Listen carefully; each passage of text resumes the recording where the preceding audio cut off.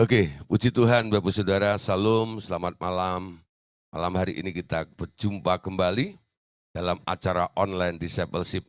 Kita percaya semua masih semangat untuk belajar kebenaran firman Tuhan. Karena firman itu juga makanan bagi roh kita. Sehingga roh kita semakin dikuatkan dan kita mendapatkan nutrisi-nutrisi roh. Sehingga kita bisa sehat, ya, bertumbuh secara roh dan secara maksimal. Oke, malam hari ini kita masih membahas pelajaran kita tentang masalah disilusi, ya. Nah, Bapak Saudara, kemarin sudah kita bahas bahwa sebenarnya kenapa orang itu kena disilusi? Karena orang itu berpikir secara duniawi.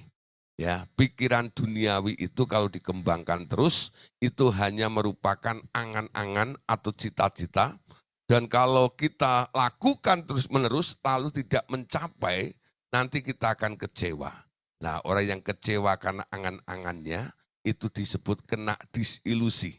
Nah, Tuhan mau sekarang kita merombak hidup kita ini. Kita tidak terus-menerus ada di bawah pohon pengetahuan tentang hal yang baik dan yang jahat itu. Tapi kita mulai bangkit dan kita pindah atau kembali istilahnya, ya. Dulu kita ini, Adam dulu pertama dididik oleh Allah di bawah pohon kehidupan. Lalu dia tergeser oleh karena keinginannya, sehingga dia mulai memakan buah pohon pengetahuan tentang hal baik dan jahat tersebut. Akhirnya Adam tersesat. Tapi sekarang Tuhan mau mengembalikan kita. Untuk kita kembali balik lagi di bawah pohon kehidupan itu. Kita belajar langsung dari Allah Bapa, kita belajar langsung dari Tuhan Yesus, kita belajar langsung dari Roh Kudus. Nah, pola yang diajarkan oleh Tuhan ini membuat kita mampu untuk menangkap sesuatu secara roh dari Dia. Itulah yang disebut sebuah pewahyuan. Ya, sekarang kita hidup dari bukan apa yang kita pikirkan, apa yang kita analisa, tapi apa yang Tuhan katakan kepada kita. Ya, jadi sekarang kita harus rajin-rajin mendengar suara Tuhan, tanya kepada Tuhan, libatkan segala sesuatu, ya, kehidupan Anda, pastikan Tuhan ada di dalam setiap situasi kehidupan kita. Tuhan mau ada di dalam pekerjaan sekuler Anda. Tuhan mau ada di dalam studi Anda. Tuhan mau juga ada di dalam ministry pelayanan Anda juga, ya. Jadi Tuhan itu tidak pilih-pilih, Saudara, ya. Karena apa? Mereka yang masih studi, yang masih belajar, itulah ladang mereka. Untuk apa? Mengenal Tuhan dan melayani Tuhan, memenangkan jiwa banyak di daerah para pelajar, yaitu teman-temannya. Mereka yang sudah kerja di tempat sekuler, Tuhan juga mau tempat itu menjadi ladang kalian semuanya, supaya Anda juga boleh berbuah dan bertumbuh melalui ladang yang Tuhan taruh di dalam kehidupan Anda. Bagi mereka yang sudah mengambil keputusan, berkomitmen untuk melayani Tuhan, mereka mulai masuk dalam ministry, ya, pelayanan. Di situ pastikan juga pelayananmu bukan karena kekuatanmu, bukan karena Anda bisa fasih ngomong, bisa mikir begitu dan begini, nah, tapi semua yang Anda lakukan adalah berdasarkan Roma pasal 11 ayat 36 katakan bahwa segala sesuatu adalah dari Dia, oleh Dia, dan kepada Dia. Bagi Dialah kemuliaan sampai selama-lamanya. Amin. Nah, kita mulai sekarang giatkan, ya, pastikan Anda hidup bukan karena Anda berpikir atau menganalisa sesuatu atau mengkais-kais sesuatu, mencari-cari sesuatu, tetapi pastikan Anda hidup dari pewahyuan. Seperti Tuhan Yesus katakan, manusia hidup bukan dari roti saja, tapi dari setiap perkataan yang keluar dari mulutnya Allah. Amin. Nah, sekarang mulai nangkep, ya. Kenapa Tuhan Yesus bilang begitu? Manusia bukan hidup dari roti saja, perkara materi, ya.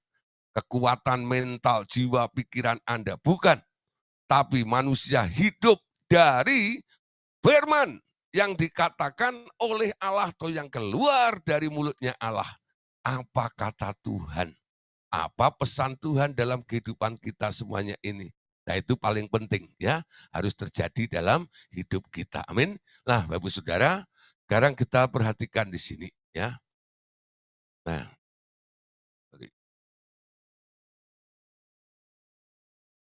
ya. Nih materinya ya. Kita lanjut tentang masalah disilusi. Nah, hari ini kita membahas bahwa orang yang hidup dari pewahyuan Allah, mereka akan mengalami perubahan cara memandang, ya. Perubahan cara memandangnya. Nah, cara memandangnya bukan pakai kacamata kita, tapi pakai kacamatanya Allah, ya. Memandang seperti Allah memandang, berpikir seperti Allah berpikir, berkata-kata seperti apa yang Allah mau katakan, melakukan sesuatu seperti apa yang Tuhan ingin kerjakan. Nah, cara memandang yang baru ini membuat Anda nanti melihat hasilnya pasti wow, keren. Kenapa? Ini bukan produk Anda, ya. Ini bukan produk Anda, tapi ini adalah produknya surga. Amin. Kalau produknya orang Depok, ya toh, aduh, ya toh, orang bilang bocai, gitu ya. Tapi ya, kalau produknya surga, pasti dijamin keren. Amin. Produknya orang Cirebon, nah, ya. Nanti Anda bisa kecewa, betul nggak ya? Nah, sekarang kita lihat ya, banyak orang kecewa juga beli barang online itu nyampe datang itu penyok sana penyok sini gitu ya. Barang surga nggak ada yang penyok-penyok ya. Semua ada tanggung jawabnya dan kualitasnya pasti number one, istimewa. Amin. Nah, Saudara, pastikan ya setiap apa yang kita kerjakan ya, cara memandang Anda bukan seperti Anda memandang ya, tapi seperti Allah memandang ya. Saudara, orang yang hidup dalam terang akan memandang dirinya dan sesamanya dengan cara yang berbeda. Ya, sekali lagi. Orang yang hidup di dalam terang akan memandang dirinya dan sesamanya dengan cara yang berbeda dengan mereka yang hidup di dalam kegelapan. Ya, perhatikan. Jadi cara memandang ini mempengaruhi. Jadi orang yang hidup yang telah diterangi oleh Allah, menerima Tuhan Yesus mendapat terang. Anda sekarang adalah anak terang. Anda tinggal di dalam terang. Sebelum Anda terima Tuhan Yesus, Anda adalah anak gelap. Ya, hidup di dalam kegelapan. Segala sesuatu Anda mencoba untuk meraba-raba. Karena di dalam gelap, bukan? Nah, nggak jelas, nggak pasti. Ini apa ya? Kenapa? Karena di dalam gelap, nggak ada terang. Kalau di dalam terang itu pasti Anda bisa memastikannya.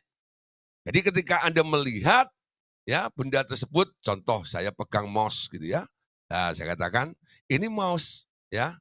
Tapi kalau ini gelap gitu ya, dan saya nggak tahu ini apa ya. Ya. Nah, bisa batu, bisa apa dan sebagainya. Nah, tapi nggak jelas ketika terang itu muncul. Oh, mouse ya. Ini alat untuk komputer ya. Nah, saya bisa mengatakan itu dengan tepat. Kenapa? Adanya terang, saya boleh melihat. Cara memandang orang yang ada di dalam terang, itu bukan kira-kira.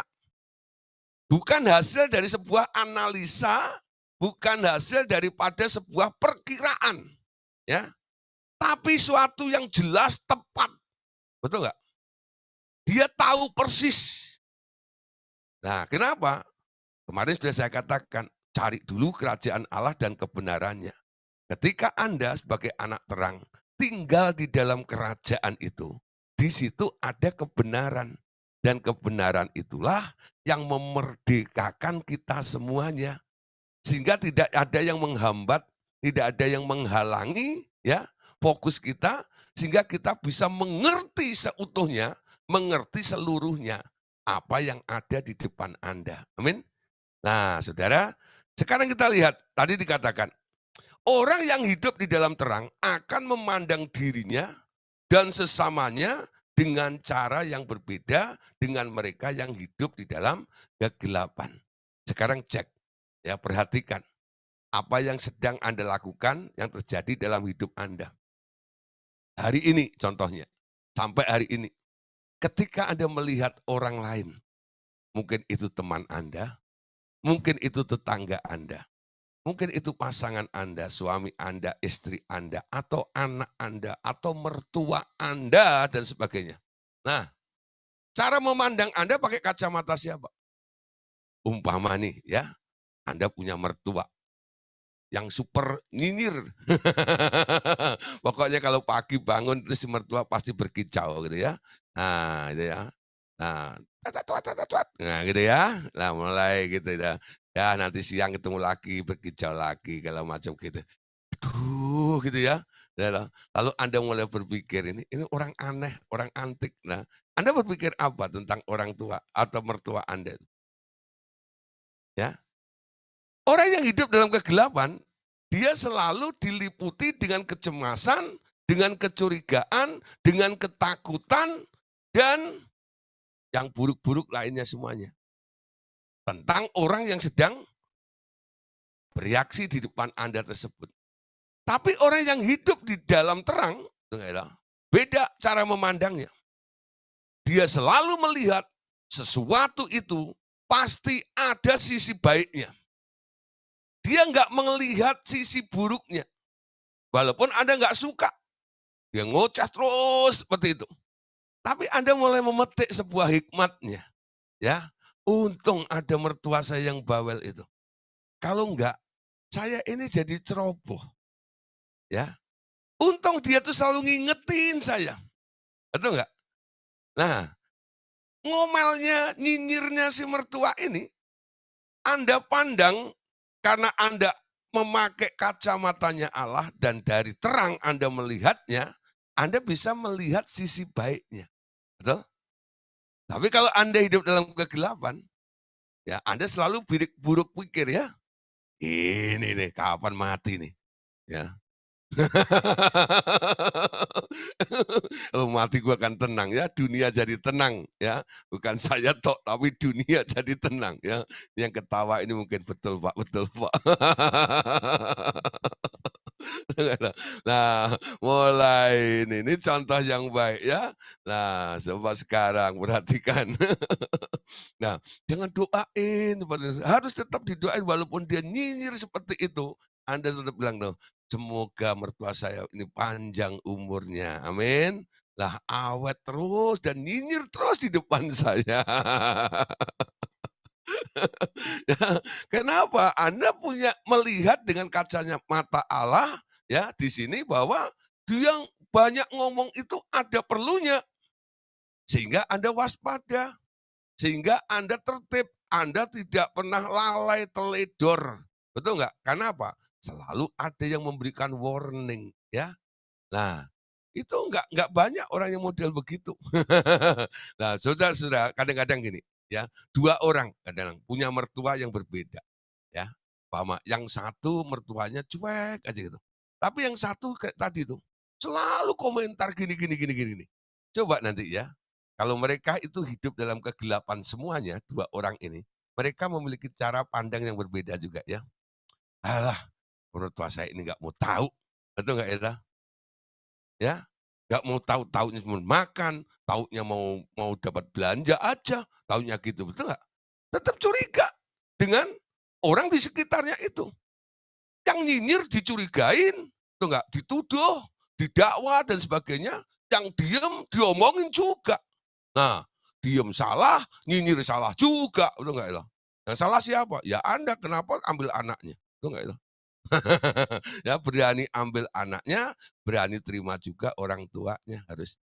Ya, pakai kacamatanya Allah. Ketika Allah menciptakan segala sesuatu, apa yang ada di benaknya Allah ini? Semua diakhiri dengan kata, semua baik adanya. Amin. Kalau ada kerusakan-kerusakan, ada hal-hal yang kelebihan buruknya itu harus ditarik kembali, direvisi, supaya menjadi baik seperti semula. Seperti Allah, awal Allah menciptakan mereka. Targetnya seperti ini. Puji Tuhan, saya punya mertua seperti ini. Aku adalah anak terang. Terang itu mempengaruhi kegelapan dan kegelapan itu akan lenyap, ya. Nah, hidupmu mengubah, memberi dampak bagi orang-orang sekitarnya. Amin. Nah, cara memandang dirinya sendiri juga begitu. Banyak orang mengutuki dirinya, betul nggak? Ada yang bilang, aduh kenapa saya itu lahir dari orang miskin, ya. Kenapa saya tidak berpendidikan? Ya, kalau saya itu mungkin ya lulusan S3 atau apa gitu ya. Jadi anaknya orang kaya, saya nggak menderita seperti ini. Sehingga hidupnya selalu mengeluh, mengeluh, dan mengeluh. Kenapa? Memandang dirinya dengan kacamata manusia. Manusia itu selalu nggak puas dengan dirinya. Ya, nah walaupun sudah diberkati, nanti dia selalu melihat di atasnya. Orang yang selalu melihat orang yang lebih sukses daripada dia cenderung untuk iri, betul nggak lah? Nah, kalau mereka sudah iri dengan orang yang lebih sukses, lalu memandang dirinya itu tak berharga, tak layak, rendah, dan hina. Amin. Tapi kalau orang mengerti, kadang-kadang Roh Kudus bilang, ya, mengarahkan kita, jangan lihat ke atas terus. Jangan lihat orang yang sukses. Lihat di sekitarmu ada orang-orang yang lebih menderita daripada kamu. Ketika kita melihat ada orang-orang yang lebih menderita daripada kita, ya, apa yang terjadi? Kacamata Allah ini yang kita gunakan ini membuat kita setiap hari bisa selalu bersyukur kepada Tuhan. Amin. Jadi kalau ada orang nggak bisa bersyukur, itu kacamatanya keliru. Coba ganti kacamata. Kamu jangan memandang dirimu sendiri dengan kacamatamu. Tapi pandang dirimu seperti Allah memandang engkau. Ya, Allah memandang kita sebagai apa? Dia bilang, tahukah kamu bahwa kamu adalah biji mataku. Amin. Engkau berharga di mataku. Aku lukis di telapak tanganku ini. Hidupmu berharga di hadapanku. Paling enggak engkau mengerti. Kenapa harus Tuhan Yesus yang menebus kita? Kadang-kadang saya berpikir, kalau saya mulai merasakan, aduh kok kurang ini, kurang itu, saya merasa paling rendah, paling hina, enggak layak dan sebagainya. Saya mulai ambil satu pengertian ya dengan berpikir seperti ini. Kenapa Allah Bapa mengutus Tuhan Yesus menebus Anda? Ya. Nah, ketika ditebus dengan Tuhan Yesus berarti hargamu itu harganya Yesus. Betul enggak? Anda ditebus begitu mahal dengan darahnya Yesus. Harga Yesus itulah yang menjadi label di dalam hidup Anda. Coba kalau Anda ditebus oleh orang miskin gitu. Ya harga orang miskin itulah menjadi label dalam hidup Anda. Anda sangat berharga. Karena apa? Sekarang ketika Anda ditebus oleh Tuhan Yesus, Anda naik.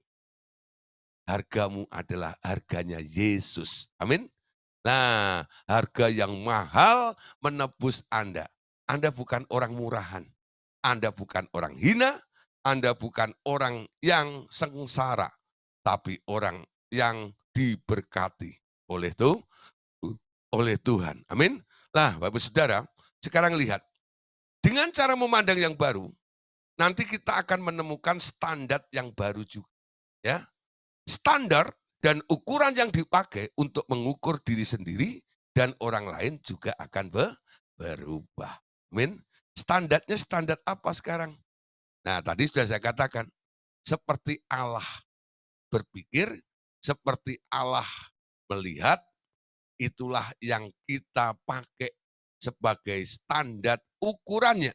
Baik untuk mengukur orang lain maupun untuk mengukur diri kita sendirinya. Amin.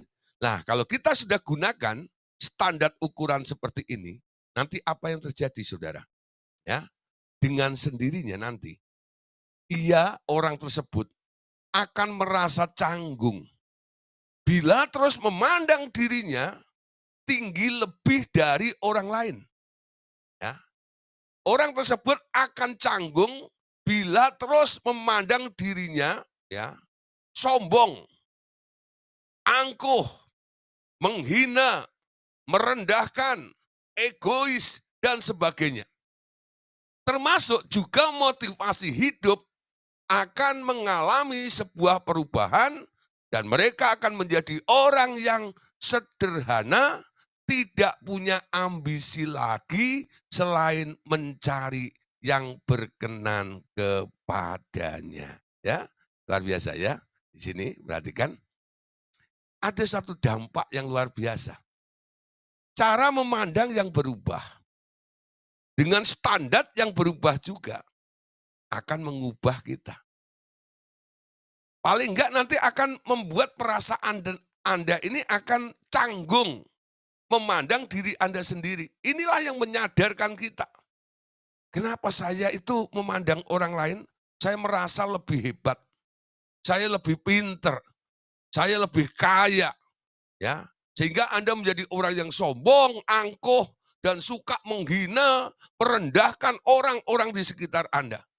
Mungkin Anda menjadi orang yang sangat egois sekali, ya. Nah, Bapak Saudara, itu egois, angkuh, menghina, sombong, ya, merasa dirinya lebih baik, ya, lebih pintar, lebih kaya dan sebagainya itu nanti akan dikoreksi oleh Tuhan. Tahu enggak? Enggak seperti itu. Ketika kacamata Allah Anda gunakan, ya, Anda akan menjadi orang yang sangat rendah hati, bisa menghargai orang lain. Amin. Ya, lebih mendahulukan orang lain daripada diri sendiri. Egonya enggak ada sama sekali. Kenapa? Memang Allah begitu. Ya, memang Allah begitu. Enggak punya ambisi lagi selain mencari perkenanan kepada Tuhan. Mutunya cuma satu. Apa yang bisa aku lakukan supaya Tuhan senang? Ya. Coba kalau Anda ya mulai berpikir mau menyenangkan Tuhan itu bagaimana caranya? Menyenangkanmu, senangkanmu, hanya itu kerinduanku. Lagunya kan begitu. Semua mau menyenangkan Tuhan, bukan? Bagaimana cara menyenangkan Tuhan? Cuman satu, melakukan apa yang Tuhan pengen. Nah, bagaimana Anda tahu apa yang Tuhan ingin? Anda harus setiap hari tanya, Tuhan, Engkau pengen apa? Ya, ada orang tanya saya, Pak, bagaimana mengetahui keinginan Tuhan? Gampang, jumpa Tuhan, lalu tanya keinginannya. Amin. Umpama orang tanya, ya saya pengen tahu keinginan Bu Esther, mama itu. Ya, saya bukan ahli nujum. Dari Metro Permata begitu saya teropong ya, saya terawang. Menurut penerawangan saya, Bu Esther hari ini pengen ini gitu ya. Setelah saya telepon atau WA gitu. Bu Esther bilang, oh enggak Pak, hari ini saya enggak pengen gitu. Ya keliru. Ya toh? Saya pikir ibu suka ini. Nah, bagaimana supaya apa yang saya kerjakan, apa yang saya lakukan untuk Bu Esther ini, ya, itu bisa tepat dan menyenangkan beliau. Caranya gimana? Saya telepon dulu, Bu Esther, ya, pengen apa? Nah, Bu Esther bilang, oh pengen lontong cap gome. Nah, gitu ya. Pengen lontong cap gome. Aduh Bu, di Metro Permata nggak ada lontong cap gome, adanya lontong sayur. Wah, aku nggak suka lontong sayur. Lah pengen apa lagi? Ya udahlah, empal gentong. "Ah, Pak, Bu, empalnya nggak ada, tinggal gentongnya gimana?" Ya, "Ya boleh bawa sini aja." Paling enggak saya sudah berinteraksi dulu ya, saya sudah ngomong, ngobrol dengan Bu Esther ini. Saya tanya kepada Bu Esther, keinginannya apa? Walaupun kadang-kadang saya tidak bisa memenuhi keinginannya, betul nggak ya? Karena keterbatasan dan karena tidak ada mungkin di sekitar saya, yang sesuai apa yang diinginkan oleh Bu Esther, ya. Tapi paling enggak sekarang saya mulai tahu, Bu Esther pengen ini, betul nggak? Pengen tahu apa yang diinginkan oleh Allah. Tanya sama Tuhan. Hanya orang males tanya sama Tuhan yang nggak tahu keinginan Tuhan. Amin. Kalau orang rajin, chatting, ya, dialog, kongko, ngobrol dengan Tuhan, dia pasti tahu isi hatinya Tuhan dan keinginannya Tuhan. Ya, kita tahu apa yang menjadi keinginan Tuhan. Nah, saya pernah buat satu khotbah, judulnya iklannya Sprite. Tahu iklannya Sprite? Eh, ayo, pernah ya? Dulu pernah ada iklan Sprite di TV itu ya. Sprite itu bunyinya apa? Ku tahu yang ku mau. Karena gue bilang, ku tahu yang kau mau. Bagaimana kita tahu apa yang engkau mau? Nah, kaunya itu besar, yaitu Tuhan. Bagaimana kita tahu apa yang dimauin Tuhan di dalam kehidupan kita. Terus saya push jemaat harus mulai dalam membuat suatu pola hidup. Harus sering chatting dengan Tuhan. Amin. Nah, pengen tahu keinginan dia atau tidak. Jadi kalau kita tahu keinginan Tuhan, kita akan melakukan apa yang menjadi keinginannya. Amin. Paulus katakan begini dalam Roma pasal 6, ayat yang ke-11. Ayat ini bagus sekali. Dia katakan begini. Demikianlah hendaknya kamu memandangnya, bahwa kamu telah mati bagi dosa. Ya. Tetapi kamu hidup bagi Allah dalam Kristus. Ya. Demikianlah hendaknya kamu memandangnya bahwa kamu telah mati bagi dosa, tetapi kamu hidup bagi Allah dalam Kristus. Hanya ada dua Tuhan, dosa dan Allah. Anda mau melakukan keinginan dosa yang berbuah maut, atau melakukan kehendak Allah yang nantinya Anda mendapat reward, mendapat pahala, mendapat mahkota. Pengen yang mana? Dosa terus memperhamba Anda setiap hari. Paulus mematahkan ini dengan mengganti cara memandangnya. Dia katakan, demikianlah hendaknya kamu memandangnya, bahwa kamu telah mati bagi dosa dan kamu telah hidup bagi Allah.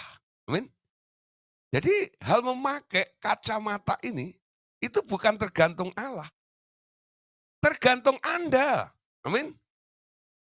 Jadi Allah menyediakan. Nih sekarang ada dua kacamata. Kamu pakai yang mana? Ya. Nah, mungkin kalau siang hari orang pakai kacamata yang hitam itu ya. Nah, itu Ray-Ban ya, itu bagus itu ya. Itu menghambat sinar matahari dan terik matahari. Lah, sehingga dia bisa nggak silau. Nah, kalau naik mobil gitu ya, dia mungkin menghadap ke matahari, umpama pagi menghadap ke timur gitu. Tuh silau sekali, dia ambil kacamata gitu ya. Wah, dia tenang seperti teduh seperti itu. Tapi kalau tengah malam Saudara ya, Anda pakai kacamata gelap itu, Saudara tambah gelap bukan? Nah itu salah kacamata. Ya, ada kacamata siang, ada kacamata malam. Nah, Saudara, jangan salah menggunakan atau memakai kacamata Anda. Amin. Tiap hari pastikan yang Anda pakai adalah kacamatanya Tuhan. Amin. Bekali itu sepanjang hari ini Tuhan. Aku mau melakukan apa yang ingin Engkau lakukan. Aku mau menyenangkan Engkau.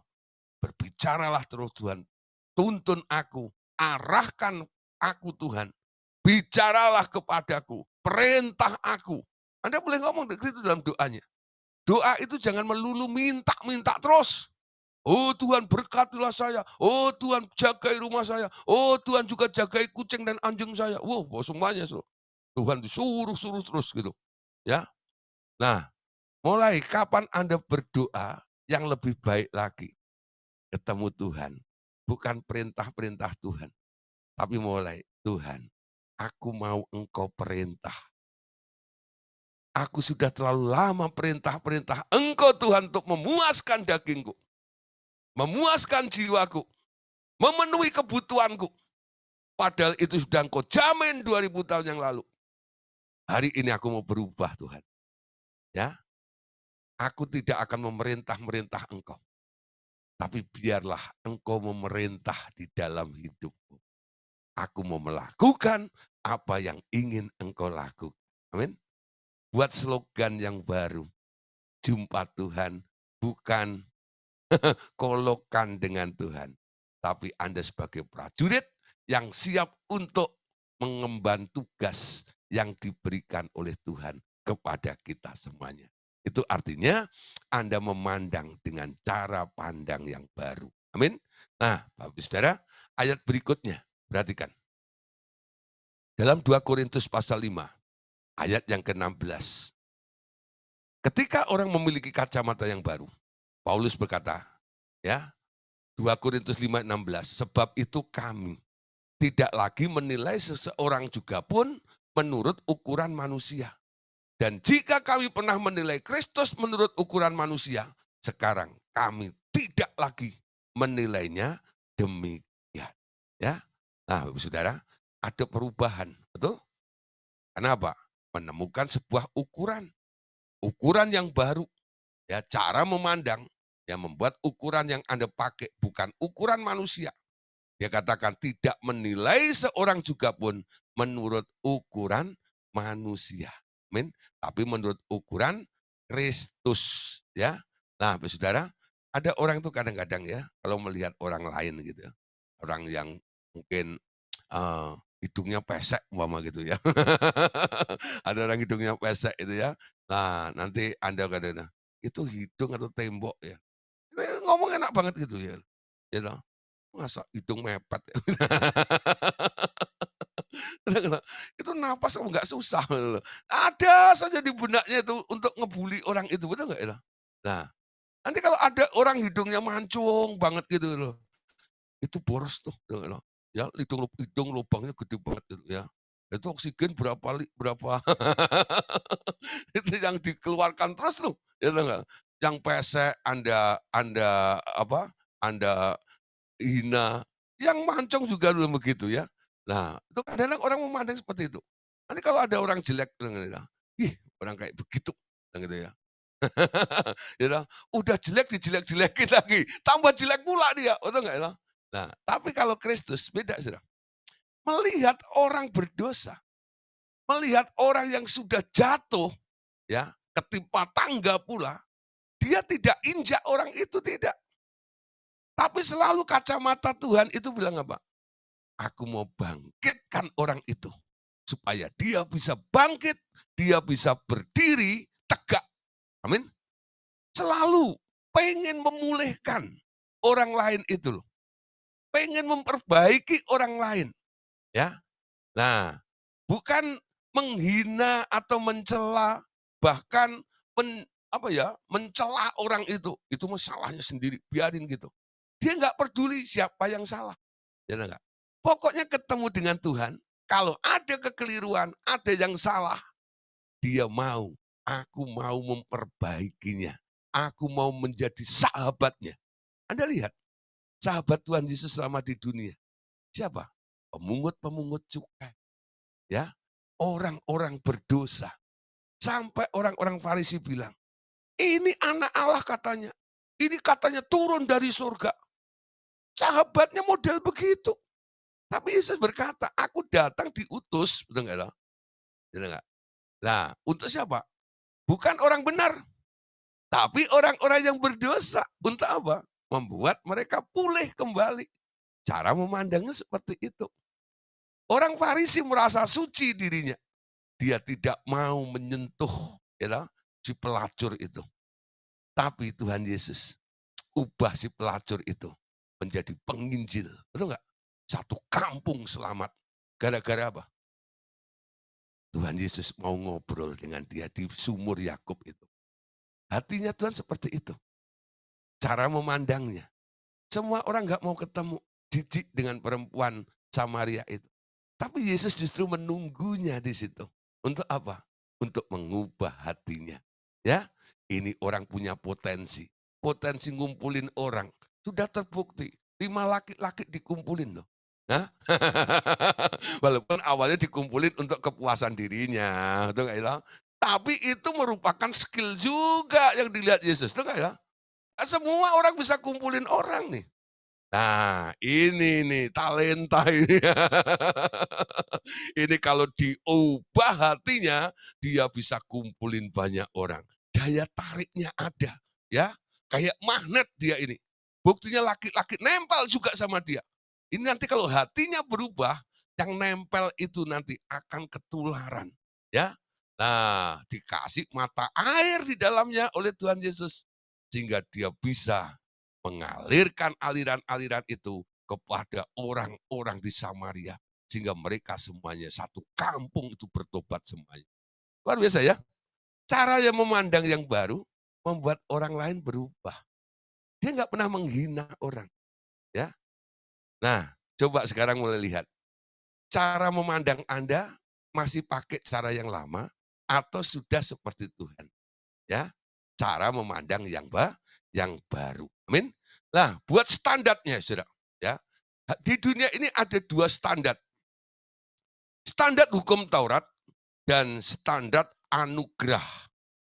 Hukum Taurat sudah menjadi bagian hidup semua orang, walaupun tak pernah membaca kitab Taurat itu sendiri, orang tersebut ya. Nah, contohnya gini, saudara.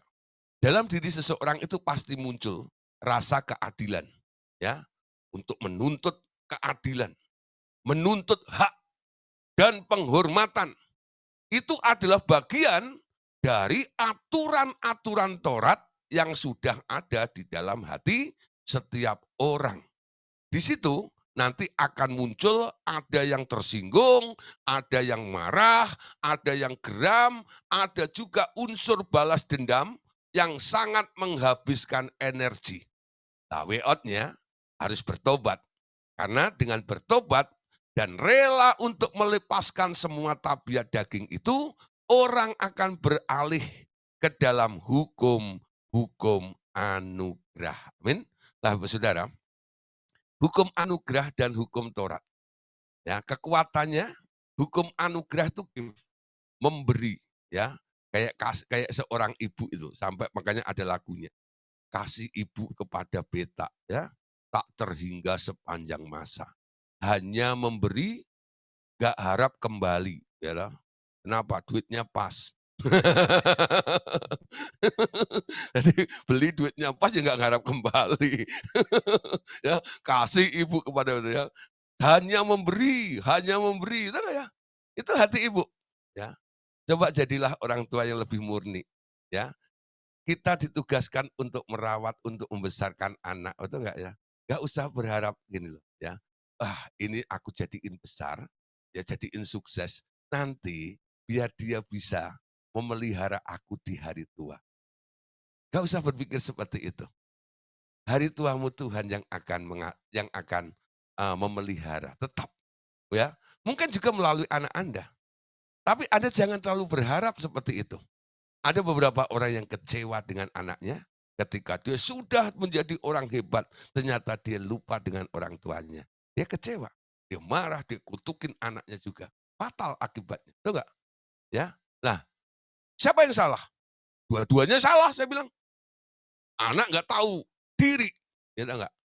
Orang tua juga terlalu menuntut. Kenapa ada perasaan seperti itu? Bukankah membesarkan anak, menyekolahkan anak sampai sukses itu tugas orang tua, betul nggak? Kenapa Anda harus berharap seperti itu? Itu tuntutan tahu. adanya tuntutan itu di daerah yuridiksi Taurat. Taurat itu selalu berkata harus nuntut. Amin. Ya, kalau Anda mulai hidup Anda itu dipengaruhi, ya selalu muncul diwarnai dengan sebuah tuntutan, itu membuang energi. Amin. Contoh, ya, menuntut untuk dihormati. Ya. Saudara ya, Anda coba pasang aksi ya. Kalau ketemu orang-orang itu, ya walaupun Anda lagi buka itu, sok kaya bukan? Eh, kenapa? Anda takut dipandang miskin. Anda takut dipandang nggak punya apa-apa. Anda takut dihina oleh orang lain. Maka Anda berlagak kaya. Nah untuk berlagak kaya itu sebenarnya itu kan membutuhkan energi juga, udah nggak ya?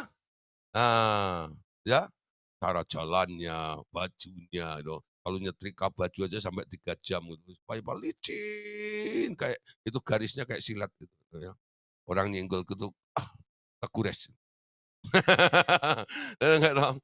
Waduh senang pas pakai parfum, parfumnya dari Paris itu ya. Padahal belinya dari Jepara ya. Beli biangnya, campur air sebanyak-banyaknya.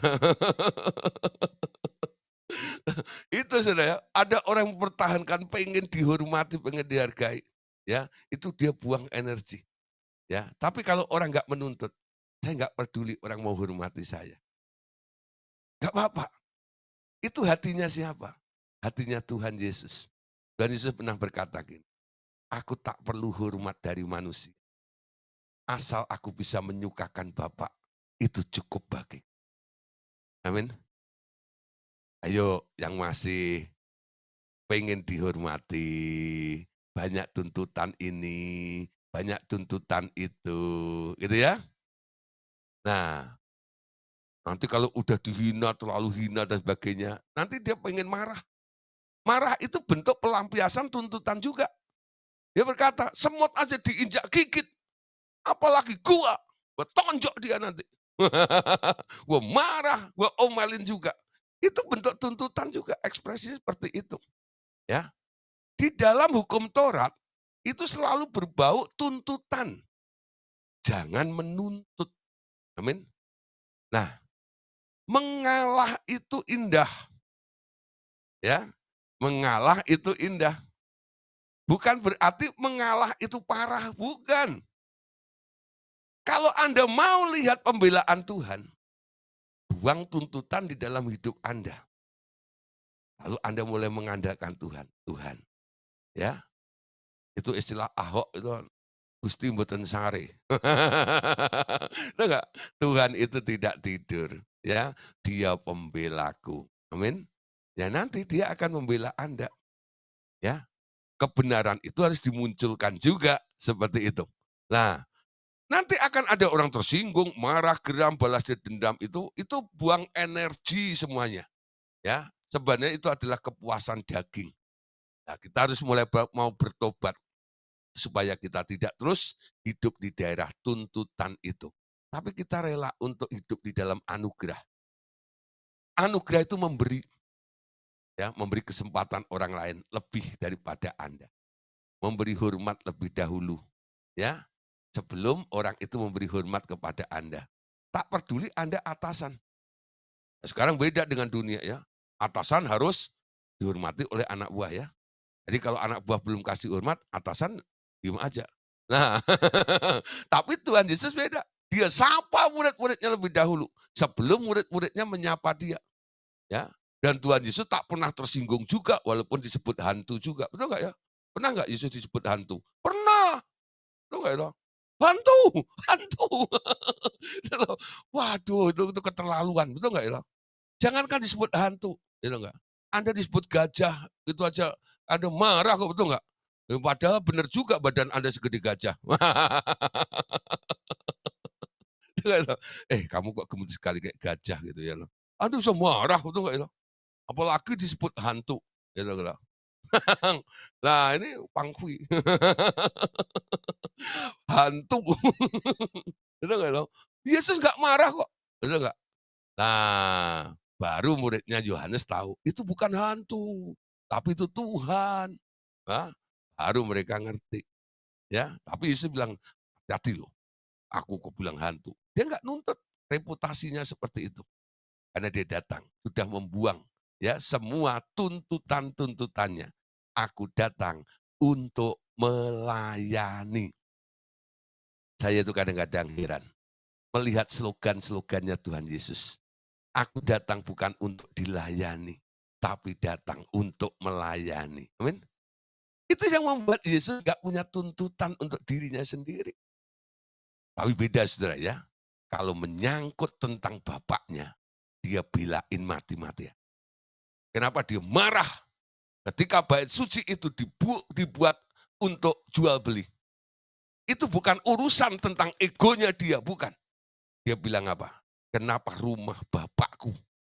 Karena udah ada kaitannya dengan Bapaknya, dia marah. Marah bukan untuk kepentingan diri sendiri, tapi karena apa? Untuk Bapaknya. Yesus lakukan. Ingat ya? Jadi satu perkara itu, Yesus pernah marah, tapi bukan nafsunya, bukan tuntutan dari dirinya. Kenapa? Bapaknya nggak suka rumahnya dibuat seperti itu. Ya, dibuat menjadi jual beli seperti itu. Nah, itu merusak patternnya. Bait Allah itu didesain untuk kediaman Allah, bukan untuk spekulasi jual beli di situ. Nah, ini menjadi pengertian baru bagi kita. Kalau itu tidak dicegah oleh Tuhan Yesus, ketika Anda ditebus oleh Tuhan Yesus, lalu Paulus katakan, tidak tahukah kamu bahwa tubuhmu adalah rumah Allah? Nah, sekarang apa yang terjadi dengan rumah Allah ini? Kalau rumah Allah ini dipakai untuk jual beli, itu sudah berubah fungsi namanya. Ya, rumah Allah dipakai untuk kediaman Allah. Amin. Yesus sekali tok itu marah. Yang lainnya tidak, saudara. Amin. Bahkan digiring di atas kayu salib pun, dia tetap mengatakan, ya Tuhan, jika kehendakmu yang jadi, kehendakmulah yang jadi itu. Seperti itu ya, di atas kayu salib dia tidak marah-marah. Dia malah mengatakan apa? Bapak, ampunilah mereka. Karena mereka tidak tahu apa yang mereka telah perbuat. Amin. Nah, saudara, mari kita lihat beberapa ayatnya. Nah, Yohanes 8, ayat 15 sampai ayat 16. Kamu menghakimi menurut ukuran manusia. Aku tidak menghakimi seorang pun. Dan kalaupun aku menghakimi, penghakimanku itu benar. Sebab aku tidak seorang diri. Tetapi aku bersama-sama dengan Bapa yang mengutus aku. Ya, jadi bedanya kalau Yesus pernah menghakimi, ukurannya adalah karena dia mendengar dari Bapaknya. Kalau kita kan beda. Karena Anda merasa diperlakukan tidak adil, Anda tuntut itu, ya, keadilan. Anda pergi kepada hakim. Betul ya? Karena Anda tak mampu menghakimi sendiri. Anda bayar pengacara, Anda gini-gini untuk menuntut keadilan Anda itu loh. Nah, ini orang Kristen itu kalau sudah perkaranya dibawa ke pengadilan, sebenarnya itu tuntutan sebenarnya. Ya, makanya Paulus tulis dalam kitab 1 Korintus pasal 7 itu ya, tentang apa? Tidak tahukah kamu bahwa anak-anak Allah itu akan menghakimi para malaikat? Tentang masalah di dunia ini, Anda juga sebenarnya nggak perlu sampai ke pengadilan seperti itu. Jangan minta pengadilan kepada orang-orang luar. Harusnya orang-orang luar itu minta pengadilannya kepada Anda. Betul ya? Nah, tuntutan itu. Anda bisa katakan, Tuhan engkau pembelaku, aku nggak mau nuntut Tuhan. Kalau itu memang jatahku, pasti akan datang kepadaku dan akan menjadi milikku. Ya, nah itu kacamata Allah, cara memandangnya mengubah Anda sampai ukurannya juga seperti itu. Ya, menuntut penghakiman, walaupun Anda menghakimi karena disuruh oleh Tuhan. Boleh, tapi jangan ditambah-tambah. Mumpung nih Tuhan nyuruh saya untuk menghakimi, ya saya tambahin lah. Ditambahin itu berarti nanti Anda dosa sendiri. Amin. Nah, Bapak Saudara, kita perhatikan. Yesus menghakimi karena dia mendengar dari bapaknya. Nah, sekarang Amsal 11 ayat yang ke-24. Ada suatu takaran atau konsep, ya, prinsip daripada hidup orang di dunia. Nah, pasti semua orang, eee, setuju ya dengan satu apa, patah mengatakan biasanya ditulis banyak ini ya, rajin pangkal pandai gitu ya. Nah, salah satunya hemat pangkal kaya. Itu saya baca dulu waktu saya masih sekolah di SD, SD negeri. Ya, itu loh, rajin pangkal pandai, hemat pangkal kaya, itu ditempel di tembok itu, di tembok sekolahan, ya. Walaupun dulu sekolahan saya itu temboknya bukan tembok, dari kayu gitu, ya. Itu tulisannya itu ada, tempel gitu, masih ingat saya. Jadi saya tahu baca istilah itu sejak saya masih kecil, hemat pangkal kaya. Tapi setelah mengenal Tuhan, ketemu dengan ayat ini, Amsal 11 ayat 24. Lah, kok beda? Ada yang menyebar harta, tetapi bertambah kaya. Ada yang menghemat secara luar biasa, namun selalu berkekurangan. Ya, berarti kan ada yang menyebar harta, tetapi bertambah kaya, ada yang menghemat secara luar biasa, namun selalu berkekurangan. Ini kebalik, Saudara, dengan paham orang dunia. Mana ada orang menyebar harta tambah kaya. Prinsip mereka, pemikiran mereka, cara memandang mereka, ukuran mereka, nggak cocok. Ya, kalau harta ini aku bagi-bagi, aku berikan ini, ya kurang nanti. Hartaku kurang, aku jadi miskin. Tapi kenapa firman Tuhan ini mengatakan, ada yang menyebar harta, tetapi bertambah kaya, dan ada yang menghemat secara luar biasa, namun selalu berkekurangan. Ya, kalau Anda pakai kacamata dunia, Anda akan ikutin arahan mereka. Ya, nah dunia mengajarkan anak cucunya begitu. Nak, cucu, gitu ya, Cik Engkong itu kasih nasihat. Kalau kamu sudah kerja, kalau belum sukses, ya, jangan makan enak dulu, ya. Jangan makan restoran, ya, makan warteg. Atau kalau enggak ginilah gitu, ya nanti kalau kamu makan itu jangan boros-boros gitu loh, ya. Nah, kalau perlu tiap hari makannya bubur, ya. Bubur pakai garam gitu ya. Nah, kalau kurang kenyang airnya dibanyakin gitu ya. Jadi buburnya encer, perutnya kembung gitu ya. Nah, yang penting kan isi, nggak masuk angin, masuk air tapi, ya. Loh, ngirit supaya apa, Kong? Supaya kamu kaya. Kalau nggak ngirit nggak kaya, ya. Harus hemat, ya. Tapi ayat ini katakan, ada orang yang menghemat secara luar biasa, namun selalu berkekurangan. Apa artinya menghemat secara luar biasa? Hemat itu boleh dikatakan bahasa lainnya adalah ngirit tadi itu. Ya. Kalau ditambah kata luar biasa, berarti ini bukan sekedar ngirit. Ya, artinya adalah orang itu sudah ngirit ben pedit. Nah, tahu itu artinya? Ngirit ben pedit, betul nggak itu? Kalau nyimpen duit itu taruh di ujungnya kain itu, ya, supaya cucunya nggak lihat. Itu mak dulu. Nggak itu. Nah, belum punya ATM, duitnya ditaruh di situ, lalu dikimpel. Nah, ya, si cucunya pura-pura peluk-peluk neneknya, padahal mau ngambil itu. Nenek tidur diambil duitnya di apa namanya, di kain itu yang dipakai. Nah, saudara, banyak sekali hal seperti itu, ya. Nah, ada yang menyebar harta, bertambah kaya, ada yang menghemat secara luar biasa, namun selalu berkurang. Bukan berarti Anda boros gitu, bukan, saudara, ya. Nah, kalau Tuhan suruh menabur, taburlah. Ada contoh di dalam Alkitab, namanya Ishak. Ketika waktu itu adalah masa paceklik, ya, nggak turun hujan, itu tanah itu sudah terbuka semua keras gitu ya, pecah-pecah itu.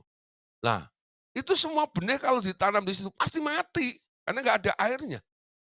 Tapi di saat kondisi seperti itu, Tuhan berkata kepada Ishak, ya, Ishak, tabur benih itu. Lalu Ishak menabur benihnya dan Alkitab mengatakan tahun itu juga Ishak menuai 100 kali lipat ganda. Bahkan Ishak semakin hari semakin kaya, tambah kaya, kian lama kian kaya. Dan akhirnya dia sangat kaya raya. Amin. Nah, saudara, prinsipnya beda. Kalau di dunia ini mengatakan hemat pangkal kaya, justru Allah menyediakan di dalam kerajaan surga ini, Allah sudah membuat sebuah hukum. Selama langit bumi ini masih ada, aku memberikan satu hukum, yaitu hukum tabur tuai. Barang siapa menabur, mereka akan menuai. Amin. Kenapa orang nggak bisa menabur? Kenapa orang nggak berani menabur? Itu pasti ada satu roh di dalamnya. Roh apa? Pak, kalau ada tanya, Pak saya itu kok nggak bisa menabur? Saya itu kok sulit sekali untuk bagi ini gini. Oh tahu, saya doain aja. Saya tumpang tangannya. Langsung saya tengking. Ayo roh pelit, roh pedit, roh kikir. Nyah keluar. Dalam nama Tuhan. Muntah. Muntahnya dolar. Saya tengking roh, roh kikir, roh pelit, roh pedit lu. Muntahnya dolar. Langsung jadi orang murah hati. Amin. Ya. Nah, saudara, kita lihat ya, roh dunia itu roh lemah, betul nggak? Sehingga nggak bisa memenuhi apa yang Tuhan ingin lakukan. Allah Bapa itu hatinya cuma satu. Setiap hari dia mau memberi kepada anak-anak. Amin. Anda ngerti nggak hatinya Bapakmu? Dia Bapak sang pemberi, betul nggak? Dia beri hidup Anda. Gak peduli Anda berdosa atau enggak, dia tetap berikan sinar matahari itu. Dia tetap berikan hujan juga. Gak pandang bulu. Betul nggak? Nah, dia beri. Gak pernah menuntut. Aku mau memberi supaya orang mengenal aku. Nanti kalau orang mengenal dia, tahu ada Allah, orang itu akan kembali kepada Allah. Amin. Nah, dia memberi ya supaya orang balik kepada dia. Tapi sekarang hukum tabur tuai ini sudah dipakai pola yang salah, khususnya buat gereja-gereja Tuhan. Ya, kadang-kadang dipakai ya untuk teologi kemakmuran. Nah, itu dipakai nih ya untuk apa? Propaganda kadang-kadang. Ya, sehingga ada gereja-gereja yang menjadi kaya raya. Nah, jemaatnya yang diperas. Seperti itu ya. Dengan dijanjikan, oh gini gini gini, contoh gini gini segala macam. Saya datengin satu orang, "Pak, ya enggak, hukum tabur tuai itu benar atau enggak sih?" Saya jawab, "Betul ada." "Terus kenapa saya tabur saya enggak menuai, Pak?"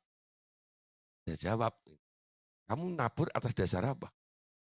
"Ya kan dikhotbahin, Pak." "Yang khotbah siapa?" "Ya pendeta, Pak."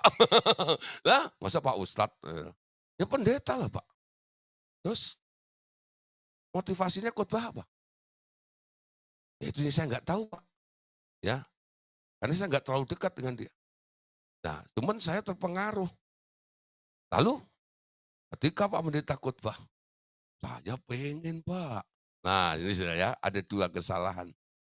Pertama, Anda memang nafsu, betul nggak? Nah, itu gambler namanya. Jadi Anda nggak tulus saat memberi. Saat Anda menabur, Anda berpikiran licik. Aku kasih 10.000, Anda berpikir, aku nanti pasti dapat 1 juta.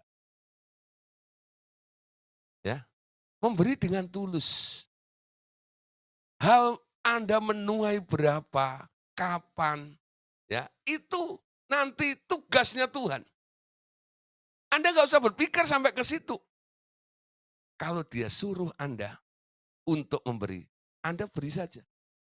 Makanya saya kadang-kadang kalau menerima berkat itu ya, nah saya mulai ketika amplop itu, ada amplop namanya persekutuan, ada amplop namanya benih, ada amplop namanya roti. ada di dalam pelajaran ya, buku satu tentang hukum benih. Nah, nanti kita kalau belajar buku satu akan saya bahas lagi. Tapi saya singgung sedikit. Sediakan 3 amplop itu. Pertama, ya, itu persepuluhan, pasti. Karena itu adalah haknya Tuhan. Dan disinilah Tuhan mau melihat ketaatan Anda. Orang yang taat akan dipelihara atau diberkati Tuhan. Yang kedua, ya, ada 2 amplop lagi. Benih dan berkat. Dari 90% itu, Anda tanya pada Tuhan, Tuhan, 90% ini rotinya berapa, benihnya berapa? Kalau Tuhan bilang, benihnya 20%, rotinya 70%. Ya, roti itu untuk Anda makan, untuk kebutuhan bayar listrik, ya, dan sebagainya. Lah yang 20% itu jangan Anda pakai. Anda tanya Tuhan lagi, Tuhan, benih ini mesti ditabur di ladang mana? Petani yang bijak ketika dia panen, betul nggak? Dia berikan sepersepuluhannya ke gereja.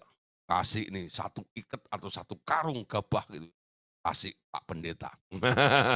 Ya, nah terus itu yang lainnya gitu masih ada 9 karung kan.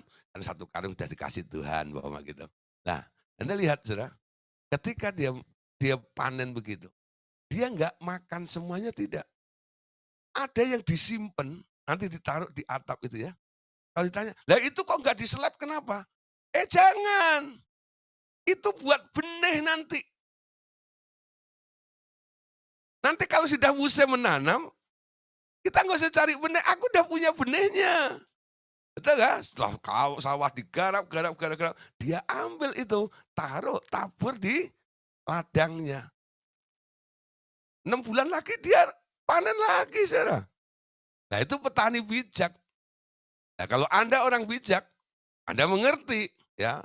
Jangan ikutin iklan orang bijak minum tolak angin, bukan.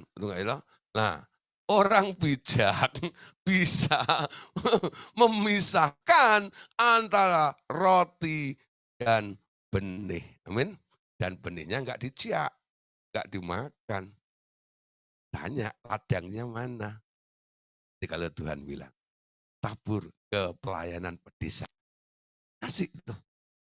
Ya. Jadi benih waktu Anda menabur bukan diambil dari persepuluhan. Itu diambil dari 90% yang Tuhan tunjuk berapa persen jadi benihnya. Amin. Nah, jadi ada 3 hal ya, roti, benih, dan persepuluhan tadi. Kalau dalam Kaleaki dikatakan benih itu sebagai persembahan khusus. Ya, persepuluhan dan persembahan khusus. Nah, roti itu yang menjadi bagian kita. Ya. Nah, ada orang bertambah kaya karena mereka menabur. Kenapa orang bisa menabur? Karena dia tahu dia punya benih yang harus ditabur. Amin. Kita belajar. Di RTM ini tidak menganut paham Taurat. Kami tidak pernah memaksa atau apa ya, memotivasi Anda, saudara, ayo ya, enggak, gitu segala macam. Ya, jadi hanya dorongan saja. Kalau Anda didorong oleh Tuhan untuk memberkati revival total ministry, silahkan. Ya. Kalau Anda disuruh memberkati pelayanan yang lain, ya silahkan. Mana-mana Tuhan suruh. Benar nggak ya? Nah, kembali atas dasar Anda nanya sama Tuhan. Nah, bagaimana Pak nanti kalau ini nggak ada yang nggak bantu ini? Tuhan akan suruh orang lain juga untuk membantu kita. Benar nggak? Nggak harus orang yang belajar di depan kita juga. Nah, kayak tadi malam saya singgung sedikit ya. Saya bilang istilah makan di mana, bayar di mana, itu itu hukum Taurat. Nggak bisa, ya toh. Orang perjanjian baru sekarang tanya kepada Roh Kudus. Amin. Nah, nanti Anda lihat jumlahnya juga. Karena apa? Tujuannya supaya terjadi keseimbangan. Ya. Nah, sekarang lanjut. Ya, ini kalau dilanjutin nanti saya bicara tentang hukum benih nanti ya. Ya, lanjut lagi ya. Matius 5 ayat 38 sampai 39. Ukuran yang baru lagi gini. Matius 5:38-39, kamu telah mendengar firman mata ganti mata dan gigi ganti gigi. Tetapi aku berkata kepadamu, janganlah kamu melawan orang yang berbuat jahat kepadamu. Melainkan siapapun yang menampar pipi kananmu, berilah juga kepada pipi kirimu. Amin. Nah, ini artinya apa? Jangan balas. Ya, Anda nggak punya hak lagi. Tampar pipi kanan, kasih pipi kiri. Gitu. Lah Pak kalau udah dua-duanya, berarti Anda nggak punya pipi. Kenapa? Kiri kanan sudah kena. Jangan kasih jidatmu, tambah benjol lagi nanti. Ya.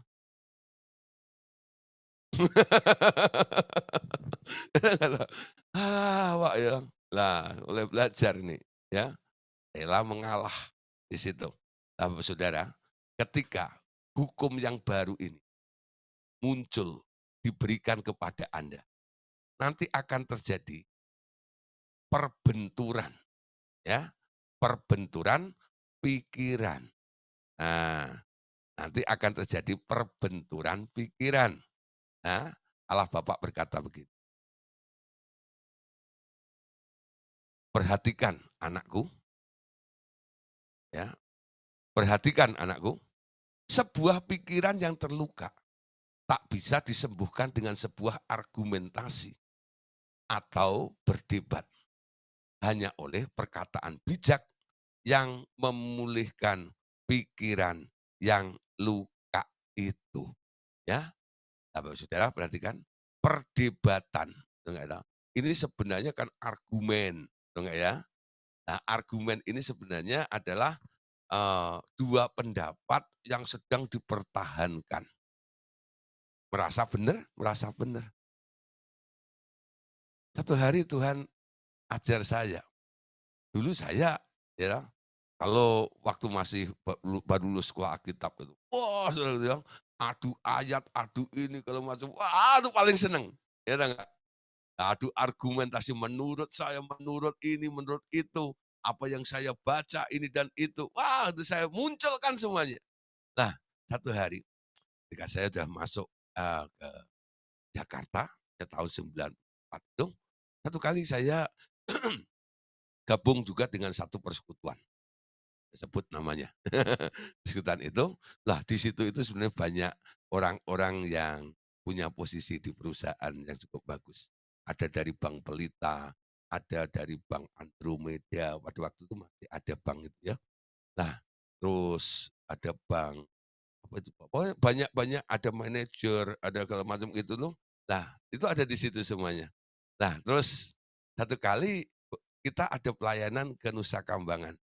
Saya satu mobil dengan satu orang, nah si A ini memang suka, interogasi orang.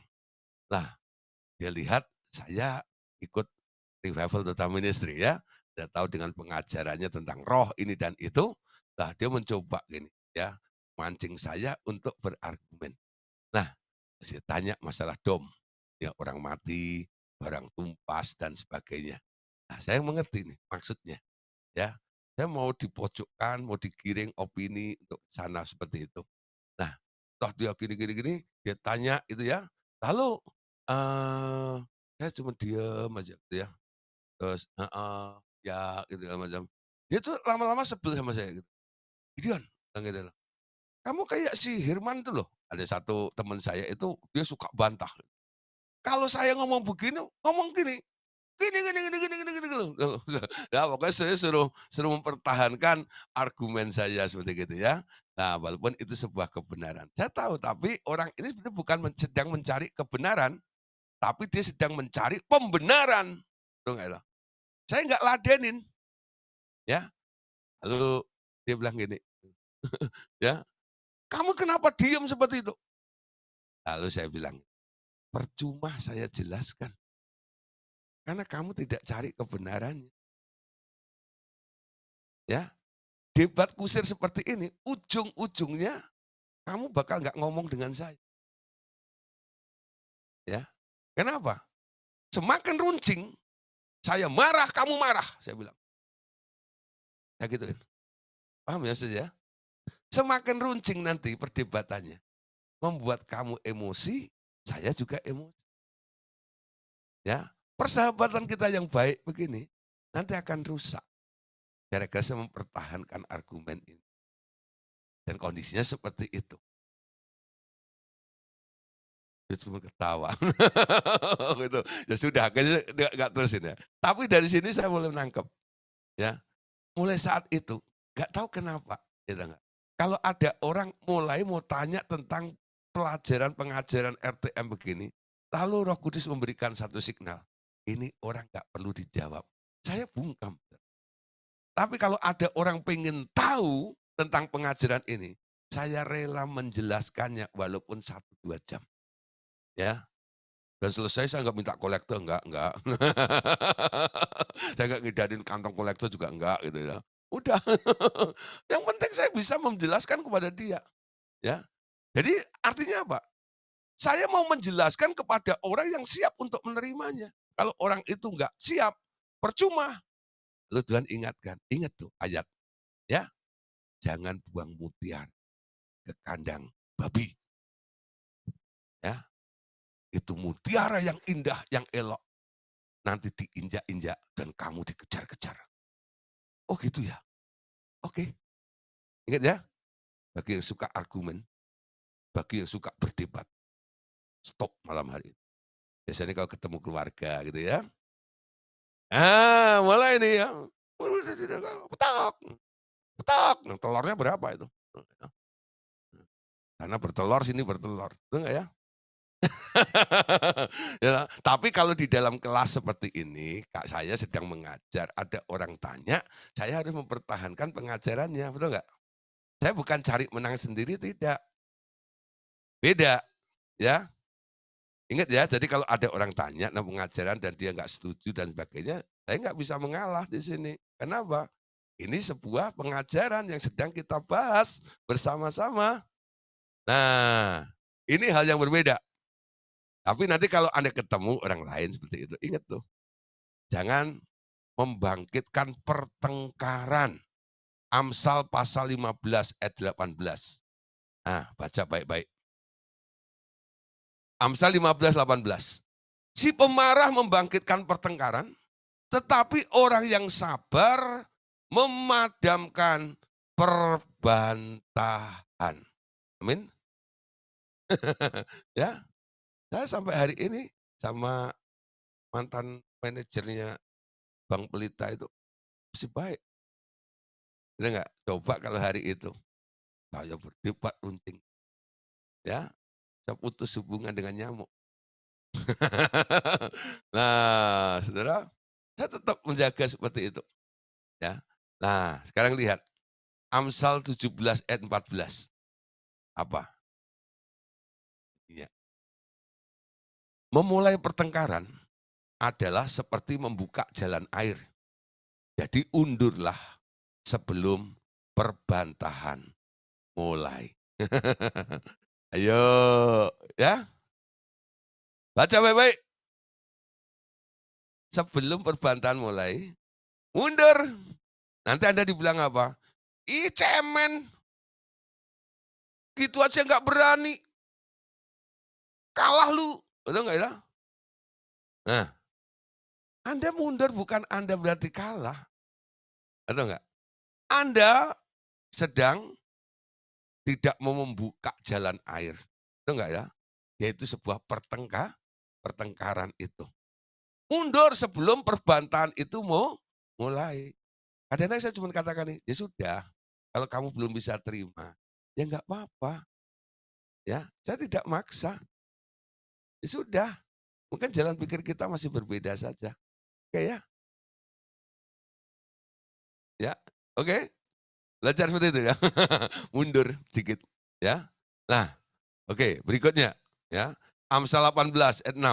Nasihat-nasihatnya diambil dari kitab Amsal semua. Amsal 18 ayat yang ke-6.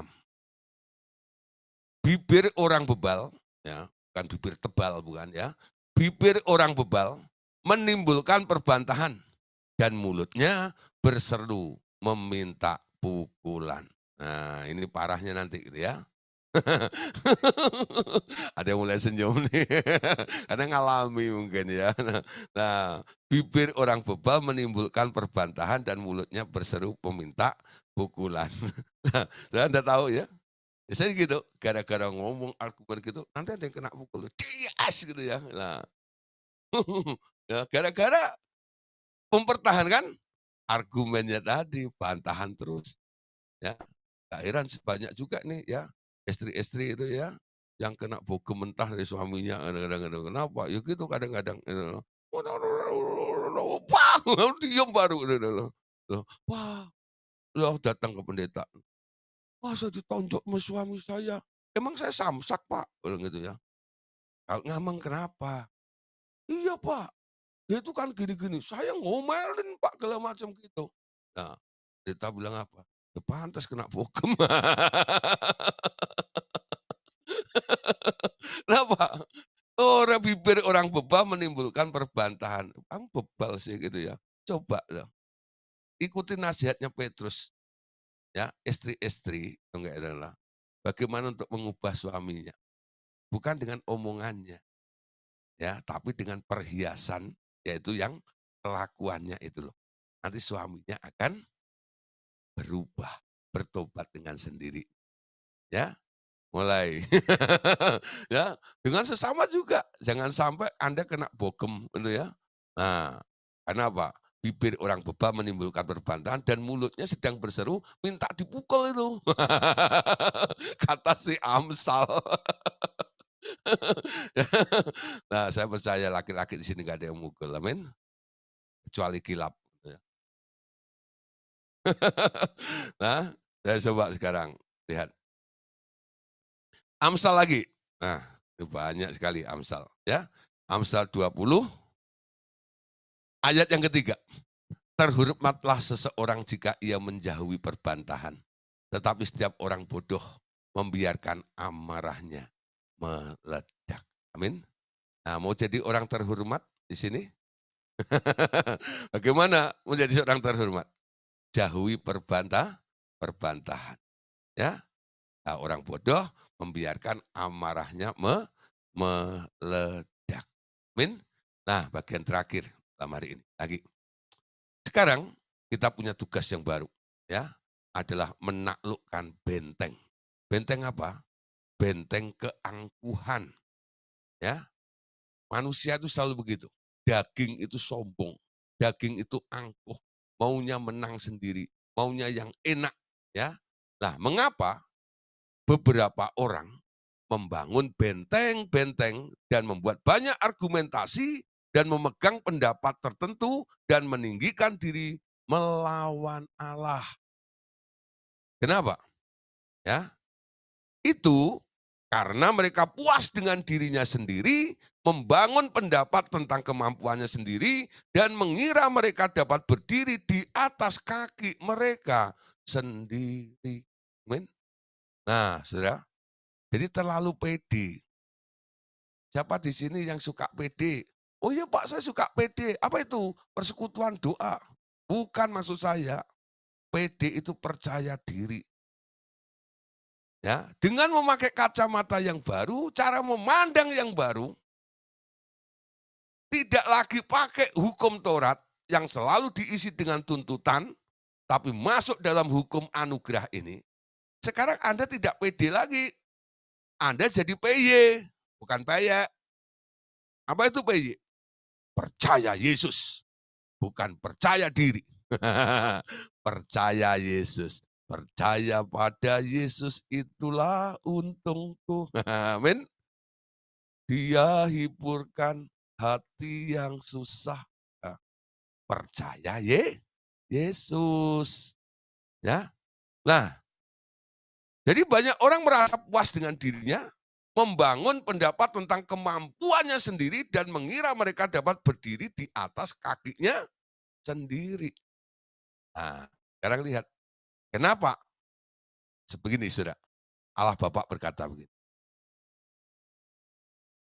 Perhatikan ini ya. Sebenarnya aku tak pernah merencanakan makhluk-makhluk ciptaan anakku untuk mampu berdiri sendiri. Semua makhluk bergantung kepadaku pada segala saat. Itu tentu membutuhkan ketaatan. Mereka yang mulai berpikir bahwa mereka dapat berdiri sendiri telah memutuskan hubungan mereka denganku. Nah, coba baca baik-baik. Lototin dulu itu. Ya, supaya nangkep apa pesannya Bapak. Rencana awal Bapak itu dalam menciptakan makhluk, ya, ciptaan dari Tuhan Yesus itu. Dari awal didesain, ya, untuk apa? Tak pernah merencanakan makhluk-makhluk itu, ya, untuk mampu berdiri sendiri. Artinya, semua makhluk itu harus bergantung kepada Allah pada segala saat. Ya, dan hal itu hanya bisa dilakukan membutuhkan sebuah ketaatan. Makanya kita harus menaklukkan diri pada ketaatan Kristus, bukan? Nah, mereka yang mulai berpikir bahwa mereka dapat berdiri sendiri telah memutuskan hubungan mereka denganku. Ya, jadi kalau Anda merasa bisa, merasa diri Anda yang melakukannya itu, jadi Anda sudah memutuskan ya hubungan Anda dengan Tuhan. Nah, semua karena Yesus. Mulai lagunya. Hanya karena Dia. Betul enggak? Bukan karena Anda, ya. Nah, sekarang lanjut, Bapak katakan gini. Masih ada lagi ya pesannya. Aku takkan membiarkan hal ini, tapi kepada mereka diberikan satu kali lagi kesempatan untuk terhubung denganku kembali melalui pengorbanan anakku, yaitu pencurahan darah di kayu salib itu adalah sambungan hidup kembali yang ditawarkan kepada semua makhluk. Amin. Nah, jadi Yesus tergantung di kayu salib. Nah, digantung di kayu salib itu kan sebenarnya pertengahan antara bumi dan langit. Itu enggak? Untuk apa? Yesus menjadi pengantara, menyambung hubungan lagi, terkonek kembali dengan Bapa, bergantung sepenuhnya kembali kepada Dia. Nah, orang yang bergantung kembali kepada Dia, di situ enggak ada lagi orang yang SOMBONG alias sombong. Amin. Nah, amin. Nah, sekarang Kolose 1 ayat 19 sampai 20. Ayat ini selalu muncul, Saudara. Karena ini ayat emas khasnya RTM ya. Karena seluruh kepenuhan Allah berkenan tinggal di dalam Dia, dan melalui Dialah Allah memperdamaikan segala sesuatu dengan dirinya, baik yang ada di bumi maupun yang ada di surga, sesudah Ia mengadakan pendamaian dengan darah salib Kristus. Nah, sekarang lihat. Jadi Yesus mengadakan pendamaian ya antara bumi dan surga. Nah, seperti kan satu-satunya jalan bagi orang sombong seperti itu adalah dengan membuktikan bahwa cara-cara mereka itu tidak akan berhasil. Ya, ini ada contoh namanya Karl Marx. Siapa itu Karl Marx? Ya, lihat saudara, paham komunis yang diciptakan oleh Karl Marx setelah 48 tahun dijalankan akhirnya gagal total. Dan sampai sekarang tak ada yang mempercayai teori itu lagi. Negara-negara yang pernah memakai sistem itu kemudian dengan malu mundur dan mencampur sistem mereka dengan sosialisme atau cara lain. Itu yang pernah terjadi di dunia ini. Ya, Anda tahu paham komunis ini ya. Nah, tapi aku dapat mempercepat proses seperti ini melalui doa orang-orang kudusku di dunia. Aku dapat mengirimkan roh pertobatan kepada mereka. Tidak seorang pun dapat datang kepadaku kalau tidak aku tarik mereka datang. Doa orang benar membuka jalan bagiku untuk mengirim roh pertobatan itu kepada seseorang atau kepada sebuah negara. Artinya, ya. Nah, sekarang lihat ayat di dalam Yeskiel 33, ayat yang ke-8. Kalau aku berfirman kepada orang jahat, hei orang jahat, engkau pasti mati. dan engkau tidak berkata apa-apa untuk memperingatkan orang jahat itu supaya bertobat dari hidupnya. Orang jahat itu akan mati dalam kesalahannya. Tetapi aku akan menuntut pertanggungan jawab atas nyawamu daripadamu. Ya, nah, kalau ada orang salah, lalu Anda tidak mengingatkannya, nanti Anda dituntut oleh Tuhan. Ya, Anda harus ingatkan, jangan EGP. Udahlah, bukan saudara saya, bukan gini. Matamu diizinkan melihat hal itu. Ya, Anda harus melakukan sesuatu. Ya, karena apa? Tuhan kadang-kadang memberikan beban atau hati kepada kita juga. Ya, Ibrani 6 ayat 4 sampai 6. Ya, sebab mereka yang pernah diterangi hatinya, yang pernah mengecap karunia surgawi, dan pernah mendapat bagian dalam Roh Kudus, dan yang mengecap firman yang baik dari Allah dan kuasa-kuasa dunia yang akan datang, namun murtad lagi, tidak mungkin dibaharui sekali lagi supaya bertobat, sebab mereka menyalibkan lagi anak Allah bagi diri mereka yang menghinanya di depan umum. Ya, kalau ada yang begitu, dia murtad, yaitu urusan dia. 2 Korintus pasal 7 ayat 8 sampai 9. Jadi meskipun aku telah menyedihkan hatimu dengan suratku itu, namun aku tidak menyesalkannya. Memang pernah aku menyesalkannya karena aku lihat bahwa surat itu menyedihkan hatimu. Kendati pun untuk seketika saja lamanya. Namun sekarang aku bersuka cita bukan karena kamu telah berduka cita, melainkan karena duka citamu membuat kamu bertobat, sebab duka citamu itu adalah menurut kehendak Allah, sehingga kamu sedikit pun tidak dirugikan karena kami. Ya, Paulus itu kadang-kadang ngomong tegas. Ya, Paulus pernah bilang, ya pilih, aku mau datang dengan kasih atau dengan cambuk. Jadi ada gembala, pendeta tuh ngomongnya begitu ya. Itu zaman Paulus tuh ya.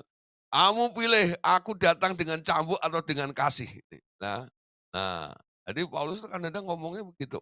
Dan omongan Paulus tuh kadang-kadang melukai orang itu. Tapi apa yang dikatakan Paulus tadi? Ya, memang, itu enggak itu, kamu terluka dengan suratku itu. Namun aku tidak menyesal telah nulis surat seperti ini kepadamu. Kenapa? Kayaknya Paulus sengaja banget itu. Ya, karena ada tujuannya. Jadi kalau nggak ditegur seperti ini, dengar, nanti apa ya? Memang dia terluka saat ditegur, tapi penderitaan lukanya ini menyelamatkan dia, membuat dia bertobat dan tahu dia salah. Amin. Ngerti maksudnya ya? Banyak orang kadang-kadang, aduh nanti dia tersinggung, nanti segala macam. Tegur kalau memang dia salah. Tegurlah mereka yang berbuat salah. Memang konsekuensinya si penegur ini nanti akan di nah, Anda kadang-kadang nggak berani menerima konsekuensinya ya. Adalah, ya cari aman saja. Tapi Anda akan dituntut oleh Tuhan nanti. Kamu tahu orang itu salah, kenapa kamu nggak tegur? Ya, ya udah kalau itu di rumah aja pakai pakai apa namanya, masker bukan di hidung tapi di mata gitu, supaya nggak lihat. Oh di mall banyak tuh, apalagi di CP, yang salah banyak. Terus gimana Pak? Nah, yo, salah sendiri tinggal di apartemen. Ya.